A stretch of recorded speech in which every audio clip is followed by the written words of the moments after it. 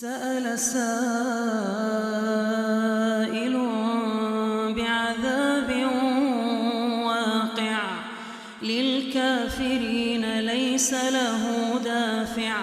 من الله ذي المعارج تعرج الملائكة والروح إليه في يوم كان مقداره 50,000 سنة فاصبر صبرا جميلا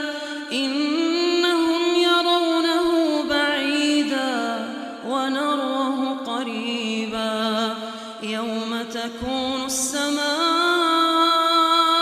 كالمهل وتكون الجبال كالعهن ولا يسأل حميم حميما يبصرونهم يود المجرم لو يفتدي من عذاب يومئذ ببنيه وصاحبته وأخيه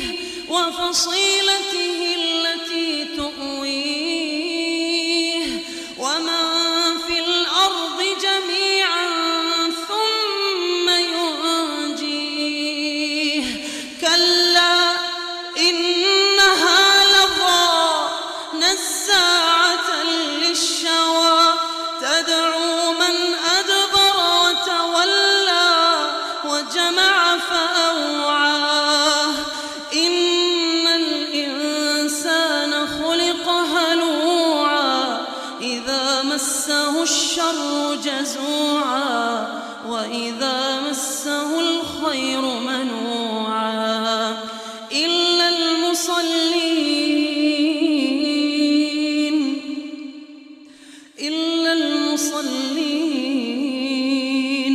الذين هم على صلاتهم دائمون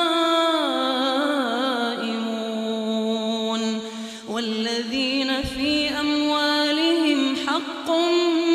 معلوم للسائل والمحروم والذين يصدقون بيوم الدين والذين هم من عذاب ربهم مشفقون إن عذاب ربهم غير مأمون إن عذاب ربهم غير مأمون والذين هم لفروجهم حافظون إلا على أزواجهم أو ما ملكت أيمانهم فإنهم غير ملومين فمن ابتغى وراء ذلك فأولئك هم العادون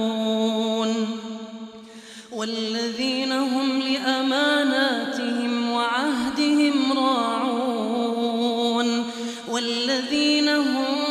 بشهاداتهم قائمون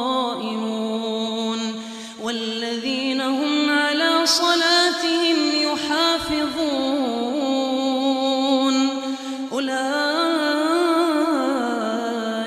في جنات مكرمون الله فما للذين كفروا قبلك مهطعين عن اليمين وعن الشمال عزين أيطمع كل امرئ منهم أن يدخل جنة نعيم كلا إنا خلقناهم مما يعلمون فلا أقسم برب المشارق والمغارب إنا لقادرون على أن نبدل خيرا منهم وما نحن بمسبوقين فذرهم يخوضوا ويلعبوا حتى يلاقوا يومهم الذي يوعدون فذرهم يخوضوا ويلعبوا حتى يلاقوا يومهم الذي يوعدون يوم يخرجون من الأجداث سراعا كأنهم إلى نصب يوفضون خاشعة أبصارهم ترهقهم ذلة ذلك